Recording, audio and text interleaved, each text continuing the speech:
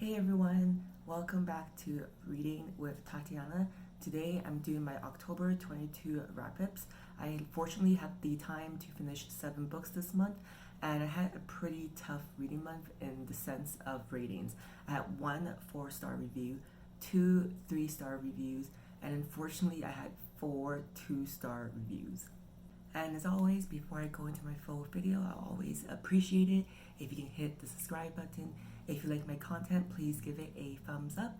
And if you have read any of these books, I would love to hear what you thought down below, especially if you enjoyed them, because I unfortunately did not quite enjoy them. The first book I read is The Great Bear by David A. Robertson. It's part 2 of a trilogy. I read the first book earlier this year. I gave this book overall a 3 out of 5. And so this book, we basically follow Morgan and Eli, who had just returned from the portal to Masawa, which is like the Great Land, this kind of like mystical, it's kind of like Narnia, but in an indigenous setting.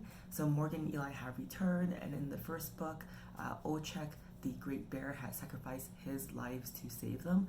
So they're coming back to the real world and pretty sad, and they kind of discover that there's a way to open a portal again, but in an earlier time, so they can meet younger Ochek. So it's kind of like time traveling. But what Morgan and Eli quickly discover is there a butterfly effect, and they can't live very freely when they time travel in the past because everything has a consequence. And this book is really cool because it shows the significance of folklore and how things come to be and how stories are told in indigenous culture and the scope of indigenous culture. So I thought it was really cool, for example, in this book that they showed the origin story of how the robin, the bird, came to get its red chest. So this book, I gave it a 3 out of 5. Not because it's bad, I do really believe it's a great book and series for young adults and also for people who are fans of Narnia growing up. But I think for me, it just wasn't like the target audience, and I felt like the characters were kind of flat, but I did find it to be an easy read, and I did like the world that David A. Robertson had created. The next book I read for October is the only 4 out of 5 I had for a full month of October. It is The Circus Train by Mita Parikh, and this book is a historical fiction. I also would say a historical fiction romance, and it's set in the backdrop of World War II. If you're not tired of historical fiction set in World War II, I have noticed that there seems to be a trend of lots of historical fiction set during that time. But this one's a little different because we follow a traveling circus. So basically we meet Lena, who had polio when she was really young, so she is permanently in a wheelchair, and she lives in a traveling circus with her dad Theo, who is an illusionist.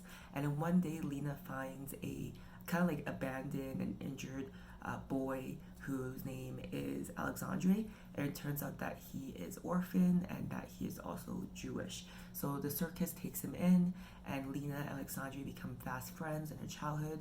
And because of World War II, things happen, people get pulled apart, the circus isn't as thriving, and basically we follow Alexandre and Lena's romance through the decades. And I don't know, it's just a great book. The only reason I didn't give it a 5 is I don't think it's a book that after I read it, I'm like, wow, everyone must read it. For me, it was a great book, I enjoyed it, but I think I would only recommend it if you're someone that likes historical fiction and romance.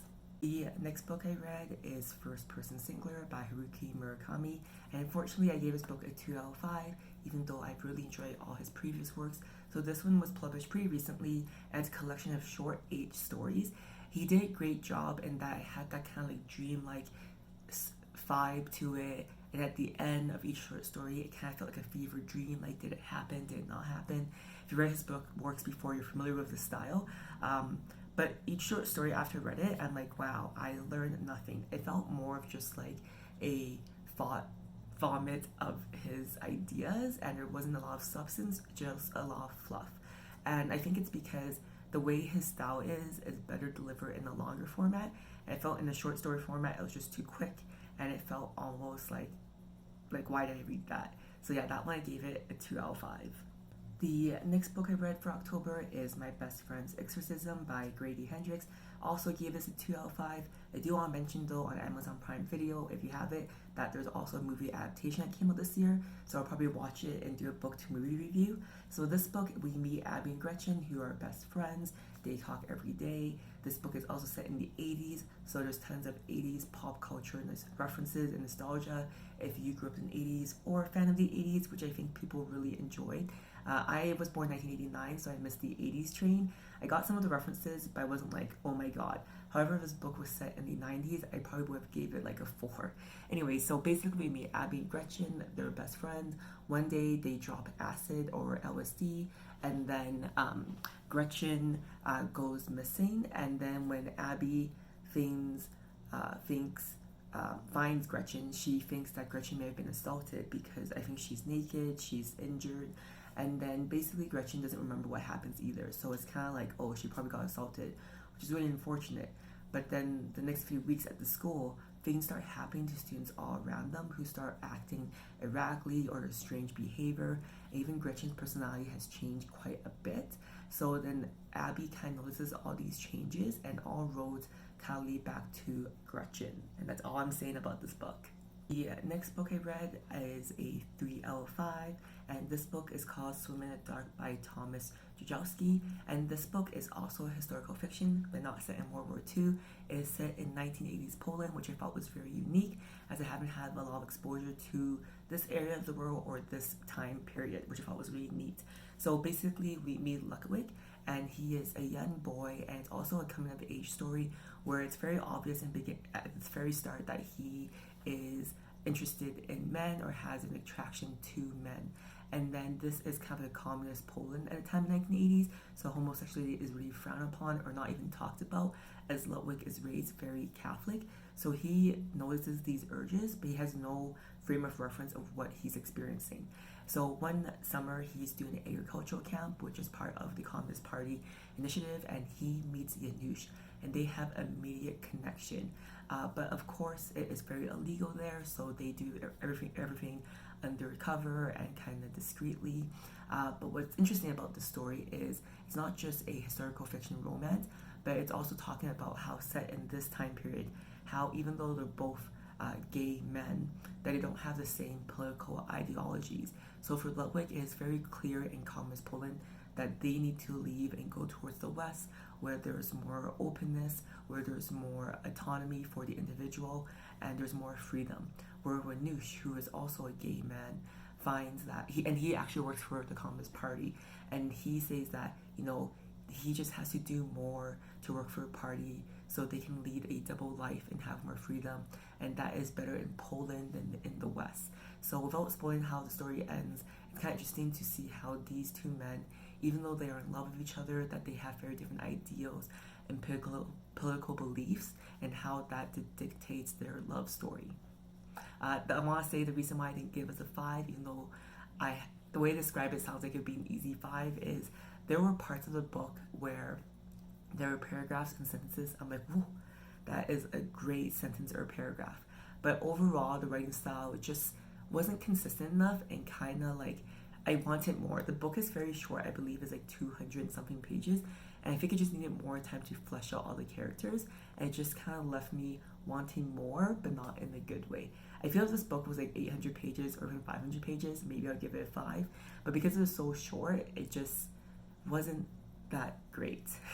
The next book I read is a contemporary romance called The Doover by Bethany Turner. I gave this book a 2 out of 5, and I think this book is an easy read. I think if it was made into a romantic comedy movie, I think it'd be a fun movie to watch. As a book, it was just okay for me. So basically, we meet McKenna. She is a big-time lawyer on track to be partner at a big firm in New York City. She had left her small town and when she went to university, and unfortunately when the book starts, she is accused of embezzlement of like $300,000 at her law firm. So she is shocked because she knows that she didn't do it. So she goes home because she is out of work temporarily while the investigation happens, and she goes home just in time for her younger sister's engagement party and wedding.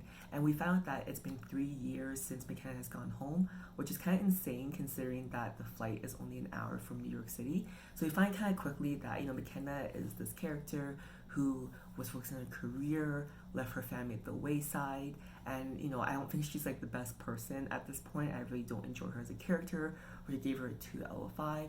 So when she's back in her hometown, she adds a romance, obviously reunites with a high school friend that she only saw as a friend in high school. He was kind of dorky, kind of nerdy, that kind of stuff.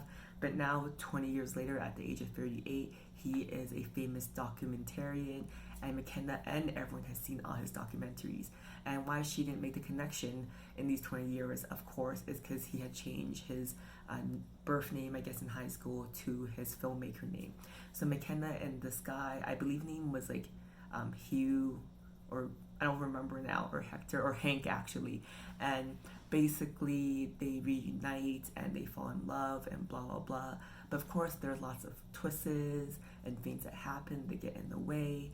And yeah, so this book was like fun to read. I just gave it 2 because I really hated McKenna and I felt she had no redeeming qualities even when she made the big switch at the end. But I did find Hank, the romantic interest, to be a bit redeeming. I really like him as a character. So yeah, this book is a 2 out of 5. I do have to say though, if you want an easy romance for a rainy day, I would recommend it for that. The last and 7th book I've read for October is called Dying of Memoir by Corey Taylor. I unfortunately gave it a 2 out of 5. However, the premise of the book is super interesting.